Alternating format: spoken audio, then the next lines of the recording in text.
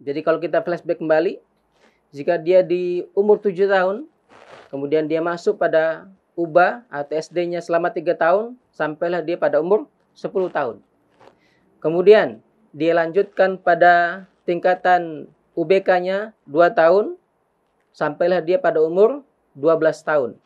Kemudian dia teruskan ke tingkat ABA-nya 2 tahun, sampailah dia pada umur 14 tahun.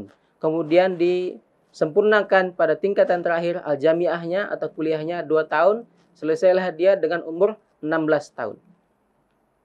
Salah satu hikmah yang kami inginkan bahwa jika dia sudah merampungkan pendidikan ini selama dari UBA sampai Jamiah, kemudian dia lulus dengan umur 16 tahun, kami harapkan dia bisa berkiprah di dalam dunia Islam ini dengan umur yang masih muda, tenaga yang masih kuat, masih fresh, atau kalau kata orang lain fresh graduate, dia baru lulus, tapi dia masih memiliki stamina yang kuat, masih memiliki pemikiran yang cemerlang, daya hafalnya, daya kuatnya, daya analisanya masih tajam.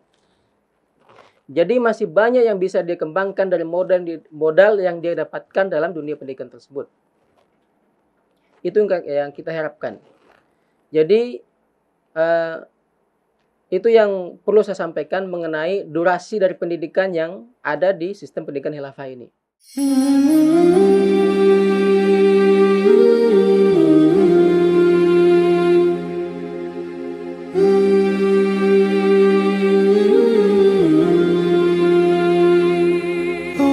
Bismillahirrahmanirrahim.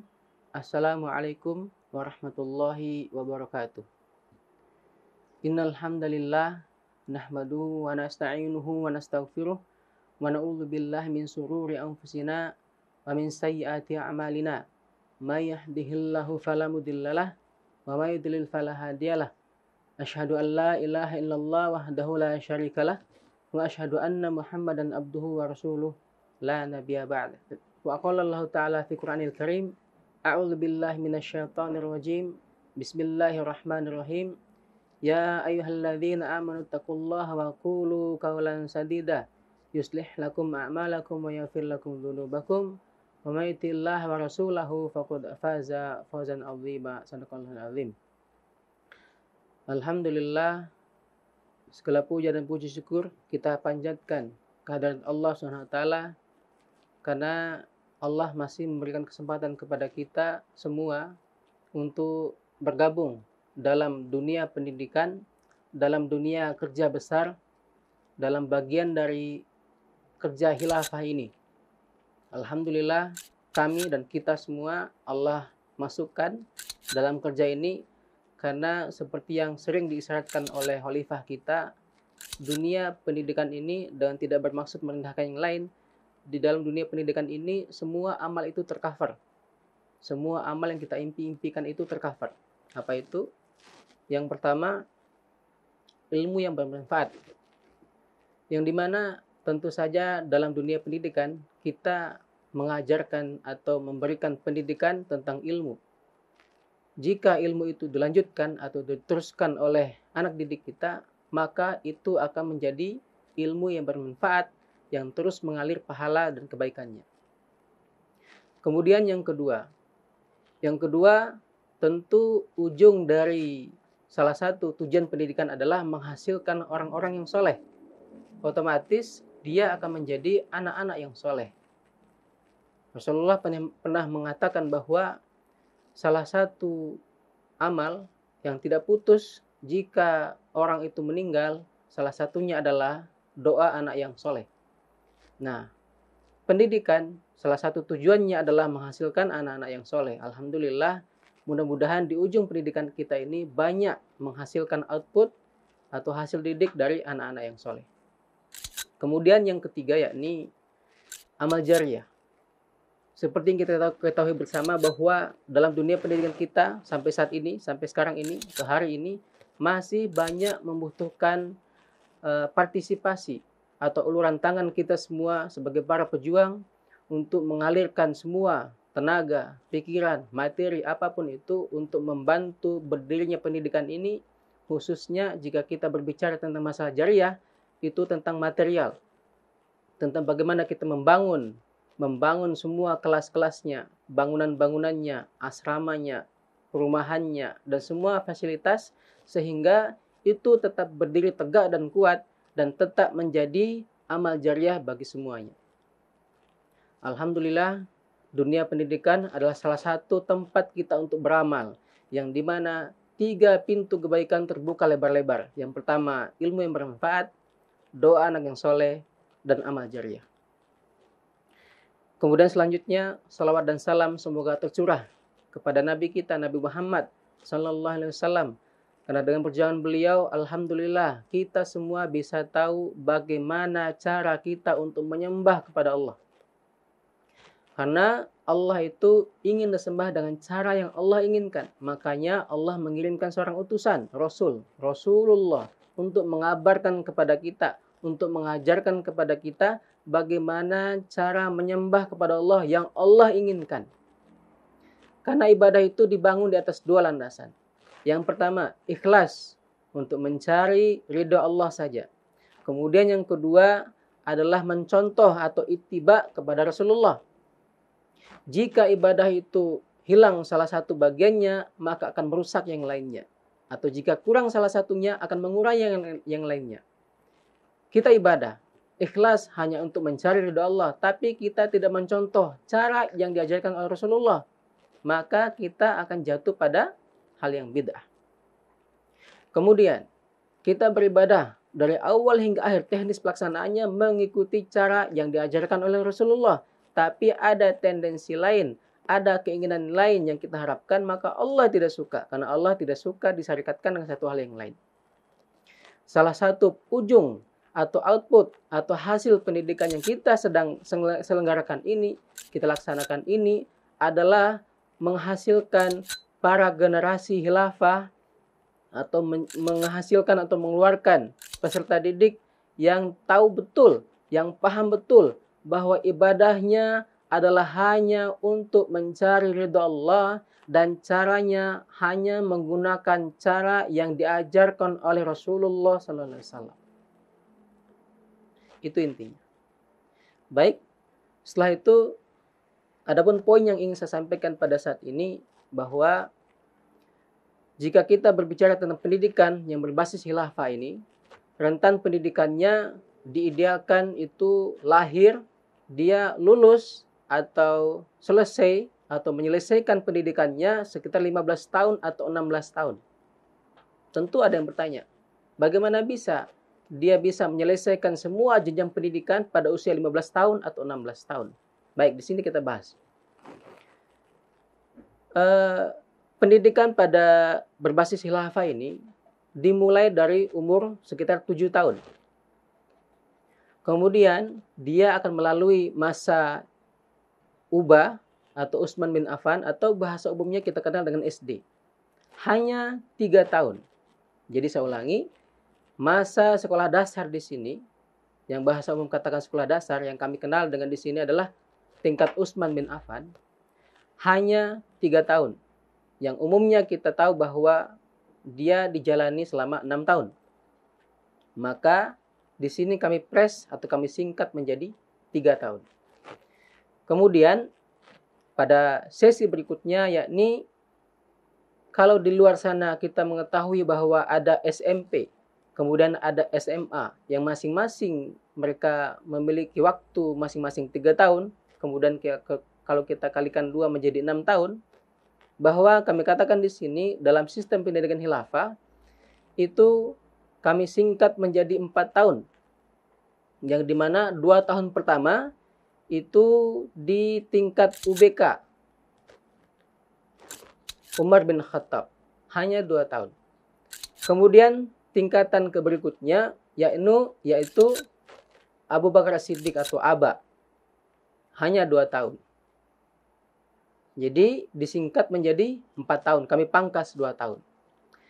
Kemudian setelah itu masuklah dia pada masa perkuliahan. Seperti yang kita tahu bersama, di luar sana, kuliah-kuliah di luar sana itu, universitas-universitas yang ada di luar, jika dia memiliki otak yang sangat cerdas sekali, dan ini jarang terjadi, itu dia bisa merampungkan semua mata kuliahnya sampai dia lulus sebagai seorang S1 minimal, S1 sarjana, itu 3,5 tahun. Itu jenjang tercepat bagi mahasiswa yang tercerdas, yang paling pintar, tapi itu pun jarang. Yang biasa terjadi itu yang pada umumnya 4-5 tahun. Baru dia meraih gelar S1 atau sarjana.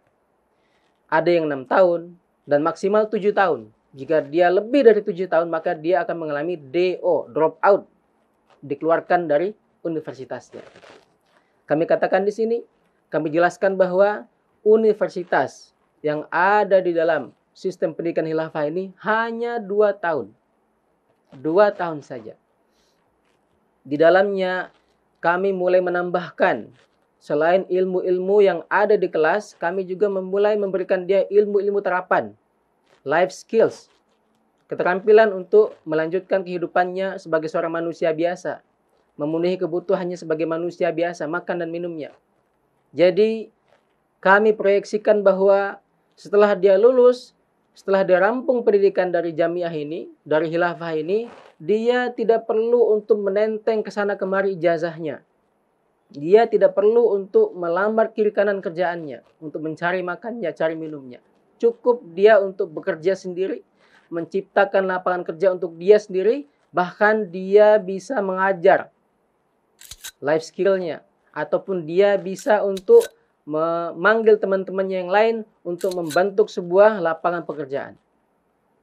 Jadi kalau kita flashback kembali, jika dia di umur 7 tahun, kemudian dia masuk pada UBA atau SD-nya selama 3 tahun, sampailah dia pada umur 10 tahun. Kemudian dia lanjutkan pada tingkatan UBK-nya 2 tahun, sampailah dia pada umur 12 tahun. Kemudian dia teruskan ke tingkat ABA-nya 2 tahun, sampailah dia pada umur 14 tahun. Kemudian disempurnakan pada tingkatan terakhir al-jamiahnya atau kuliahnya 2 tahun, selesailah dia dengan umur 16 tahun. Salah satu hikmah yang kami inginkan bahwa jika dia sudah merampungkan pendidikan ini selama dari UBA sampai jamiah, kemudian dia lulus dengan umur 16 tahun, kami harapkan dia bisa berkiprah di dalam dunia Islam ini dengan umur yang masih muda, tenaga yang masih kuat, masih fresh, atau kalau kata orang lain fresh graduate, dia baru lulus, tapi dia masih memiliki stamina yang kuat, masih memiliki pemikiran yang cemerlang, daya hafalnya, daya kuatnya, daya analisanya masih tajam. Jadi masih banyak yang bisa dia kembangkan dari modal yang dia dapatkan dalam dunia pendidikan tersebut. Itu yang kita harapkan. Jadi itu yang perlu saya sampaikan mengenai durasi dari pendidikan yang ada di sistem pendidikan khilafah ini. Sebelum saya akhiri, ada yang mau saya sampaikan mengenai fenomena yang terkini yang sedang terjadi sekarang ini. Jika kita melihat di Lombok sana atau di Palu, di Sulawesi sana, sedang terjadi sebuah gempa atau sebuah bencana yang luar biasa, yang menyayat-nyayat hati kita, yang membuat kita sedih luar biasa. Yang dimana gempa, bencana alam ini menghancurkan, meluluh lantahkan, mencerai-beraikan bangunan yang ada, mencabut nyawa-nyawa dari badannya, dari jasadnya, mencerai-beraikan keluarganya, dari bapaknya, dari ibunya, dari keluarganya, meluluh lantahkan sebuah kampung, hilang menjadi kampung anta beranta, total hancur. Dan hati kita sedih melihat itu. Hati kita pedih melihat itu. Bagaimana kiranya kita bisa merestorasi, merehabilitasi kehancuran yang ada. Sedih hati kita. Tapi kita perlu tahu, kita perlu ingat, kita perlu refreshkan kembali bahwa tahun 1924 pernah terjadi sebuah gempa yang luar biasa juga. Yang getarannya tidak terjadi hanya di Indonesia, tapi menggetarkan bumi dan langit. Gempa apa itu? Gempa yang meluluh lantahkan, menghancurkan, yang telah memberangus kejayaan Islam, meruntuhkan kejayaan Islam. Apa itu? Runtuhnya khilafah. Tahun 1924. Alhamdulillah. Alhamdulillah. Alhamdulillah. Pada tahun 1997, seorang ulama besar pada zaman ini, Ustadz Abdul Qadir Hasan Baraja telah meletakkan batu pertama untuk membangun kembali bangunan yang pernah hancur luluh pada tahun 1924 tersebut. tahun 1997 telah diletakkan batu pertama di mana kita diajak semua untuk kembali membangun bangunan yang megah ini. Kita tegakkan kembali bangunan khilafah. Dan salah satu medianya, salah satu tempatnya adalah dunia pendidikan yang sedang kita selenggarakan ini. Dan kita harapkan jika memang untuk membangun kembali bangunan-bangunan yang hancur luluh lantah oleh gempa tersebut, kita membutuhkan biaya yang besar, membutuhkan tenaga-tenaga yang banyak, membutuhkan banyak pengorbanan. Maka saya katakan bahwa untuk membangun kembali peradaban Islam, untuk membangun kembali bangunan khilafah, dibutuhkan lebih banyak dari itu. Bukan hanya materi saja. Jiwa yang kuat, jiwa yang tangguh, jiwa-jiwa yang besar. Maka itu tidak akan bisa terlaksana jika tidak ditempa salah satu tempatnya adalah dunia pendidikan. Hanya di dunia pendidikan dan lain sebagainya. Tapi salah satu tempatnya adalah dunia pendidikan. Mudah-mudahan kita bisa berkiprah, kita bisa saling bahu-membahu bagaimana kita mensukseskan pendidikan ini dengan rentan waktu yang tidak cukup panjang, tapi semua padat berisi. Lulus 16 tahun, dia bisa lulus, kemudian dia mempraktikkan semua ilmu yang dia dapatkan, baik itu ilmu terapan, bahkan ilmu yang dia hafalkan. Jadi benar-benar terrealisasi, kuat dengan ilmunya, kuat jasadnya. Mungkin sekian yang bisa sampaikan. Mohon maaf jika banyak kekurangan dan kesalahan. Saya akhiri. Wassalamualaikum warahmatullahi wabarakatuh.